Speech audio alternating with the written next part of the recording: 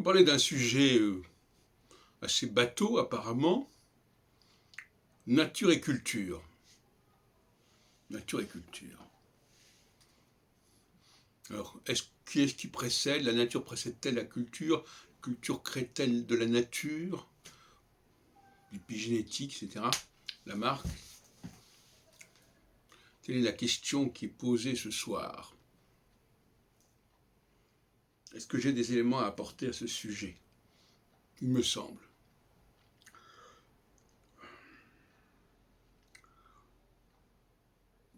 Bon, vous savez que je m'intéresse beaucoup au racisme. Alors, la nature, le racisme est aussi au sexe, au genre. Voilà des cas où nous avons de la nature, une anatomie pour les femmes, une anatomie aussi, un faciès, une structure du visage pour les noirs, et puis aussi éventuellement pour les asiatiques, à ce moment-là.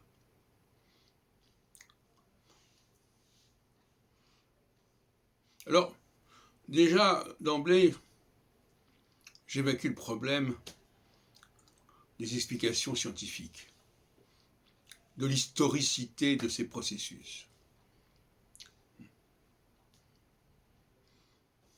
pourrait dire par exemple que les noirs sont noirs et ont certains types de visages parce qu'il y a le climat qui a fait que, résultat des courses, c'est comme ça.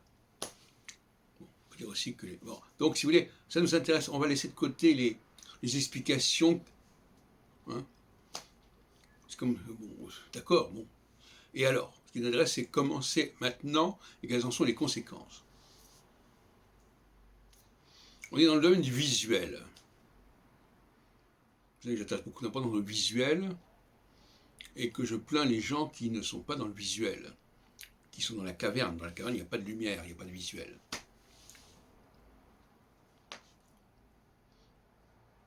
Alors, dans la caverne, il y a du discours. On parle. Le discours, c'est quelque part de la culture. Et parfois, la culture remplace la nature. Quand on ne voit pas quelqu'un, c'est ce qu'il dit qui va compter, qui va importer. Bon, d'accord. Donc la culture est le domaine de la parole. La parole, pas forcément la parole spontanée, ça peut être aussi une parole qui dépend d'une écriture. Quand quelqu'un chante une chanson, il dépend souvent d'une écriture, par exemple. Et on dit parole et musique. Parole, écrite, et puis la musique. Bon, d'accord, peu importe. Alors, où est-ce que je veux en venir? À l'idée que il ne faut absolument pas ignorer, il faut raisonner de manière extrêmement primaire. Parce que les gens fonctionnent de manière primaire. L'autre jour, je parlais de l'individu, de la personne, l'enfant qui vient de naître, qui commence à vivre, qui commence à regarder le monde, et qui commence à établir des connexions entre lui et d'autres personnes. Et il n'arrêtera pas de le faire d'ailleurs tout au long de sa vie. Ces connexions, eh bien, c'est ça qui va créer son identité, qui va créer ses appartenances. Appartenances qui peuvent être de l'ordre de la nature, donc c'est anatomique. Un noir qui voit un autre noir, il sent quelque chose de proche. Une appartenance qui peut être de la culture, en apparence du moins. Donc quelqu'un qui est juif et qui sait que l'autre est juif, bon, ça ne se voit pas spécialement. Donc là, on est plus dans un rapprochement culturel Dans un cas, on est dans le signifié, dans l'autre cas, on est dans le signifiant.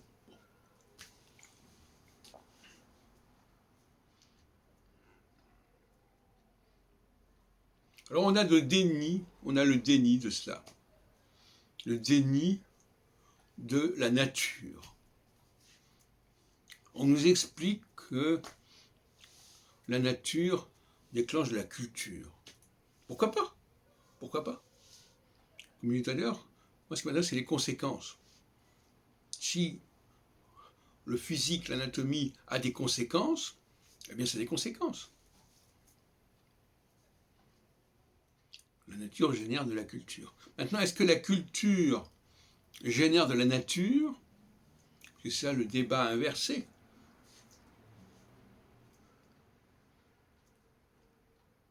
C'est possible. C'est possible que une certaine structure sociale puisse modifier le physique de quelqu'un, d'un groupe, etc. Le grand débat, il n'est pas là. En réalité, le grand débat, c'est le débat de la construction. Si je peux prouver qu'on peut construire, je peux prouver qu'on peut déconstruire. Voilà. C'est ça la question. La règle du jeu, dans l'esprit de beaucoup de gens, c'est puisque je peux prouver que j'ai construit, ça peut être déconstruit, donc ça peut se transformer, ça peut devenir autre chose.